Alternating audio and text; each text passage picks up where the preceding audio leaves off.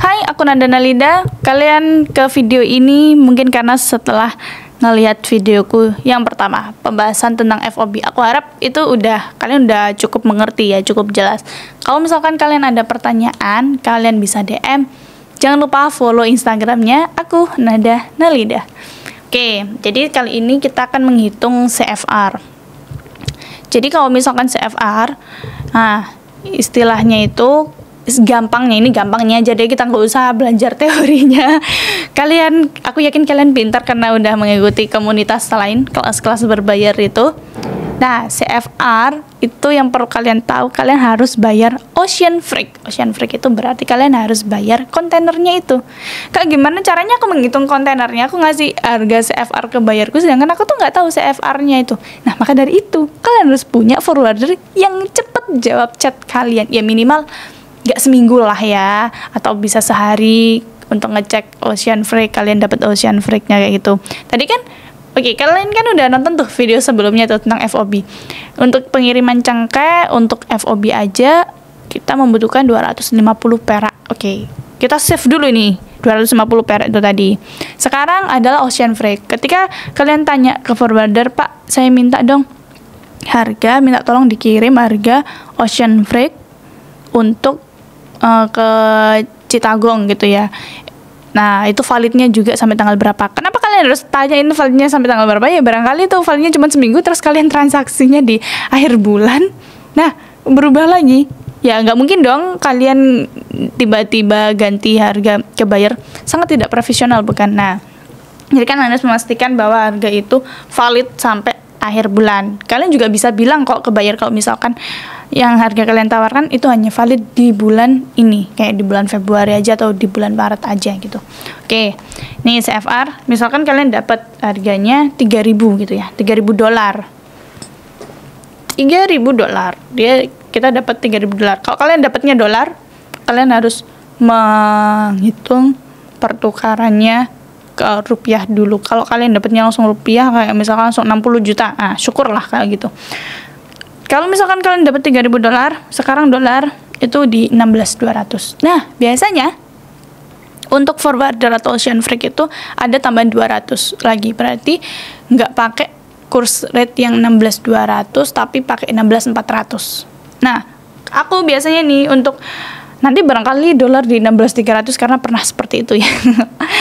Aku ngasihnya perhitungan maksimal. Jadi aku pakai di 16.500. Ini sama dengan berapa nih? 49.500. Nah, satu kontainer itu isinya berapa ton? Isinya 20 ton, anggap aja 20 ton. Dibagi 20.000. Nih, dapatnya 2.475. Berarti harga dokumen-dokumen FOB itu tadi 250 perak ditambah 2.475. Dapatnya di 2.725. Nih, berarti harga CFR kalian harus nambahin dari harga barang untuk harga CFR ditambah 2.725. Terus kalian misalkan komoditi kalian itu fee atau penambahan itu bisa nggak bisa di atas 500. Nah, yaudah kalau gitu kalian tambahin aja 3.000 berarti dari harga barang. Kalau kalian tambahin 2.000 berarti kalian ada keuntungan 275 perak. Berarti kalian ada keuntungan 275 perak per kilonya. Ya, jadi seperti itu perhitungannya kalau misalkan untuk CFR. Kalau misalkan CIF gimana Kak? Udah, kalian fokus ke FOB dan CFR dulu. Karena kalau misalkan CIF itu ada asuransinya. Nah, asuransinya itu dari total invoice kalian. Gitu ya. Nanti diambil sekian persen. 275 itu ini tadi yang CFR itu kan keuntungan kalian. Dan perlu diketahui 2.725 itu per kontainer. Jadi kalian jangan ngebaginya, misalkan kalian kirim 5 kontainer, jangan dibagi barang sebanyak 5 kontainer tadi. Cukup yang dokumen aja yang dibagi per 5 kontainer seluruh barang. Tapi kalau misalkan untuk freight, baginya per barang yang ada di dalam itu berapa nominalnya, seperti itu. Nah, aku nggak pernah bayar di ending-endingnya kayak misalkan ada revisi dokumen atau misalkan ternyata ada demurrage gitu ya, aku nggak pernah bayar itu ke forwarder, bukan karena aku nggak mau bayar, tapi aku udah bilang ke forwardernya, Pak, mohon dikasih antisipasi ya kalau misalkan ini ternyata ada demurrage atau ada biaya tambahan-tambahan ini, pokoknya jangan dikasih saya di luar itu. Jadi aku ada kesepakatan sama forwarder, aku nggak mau nih kalau misalkan bayar ada biaya di belakang, karena uang ini aku tagihkan langsung ke buyer dan itu nggak ada kelebihannya gitu. Walaupun sebenarnya itu ada uang cadangan, kayak misalkan barangkali ada biaya yang nggak terduga. Tapi biaya tak terduga ini bukan untuk mengantisipasi si forwarder ya, tapi untuk kayak misalkan belikan tim makan siang, terus ternyata harus ngasih uang saku ke supir atau ngasih uang ke buruh kayak gitu, yang kita nggak tahu berapa banyak jumlahnya orangnya, jadi kita harus kasih spare gitu 10 juta gitu. Jadi sebenarnya kalau kalian dibilang lebih untung mana, Xbox, FOB atau CFR, ya jelas lebih untung CFR karena lebih banyak gitu tadi ya, walaupun prosesnya kalian ngiranya pastinya lebih rumit, padahal ya enggak, kalian tinggal ngomong aja ke forwarder tuh kan simple gitu. Maksudku kemaslah lebih simple gitu.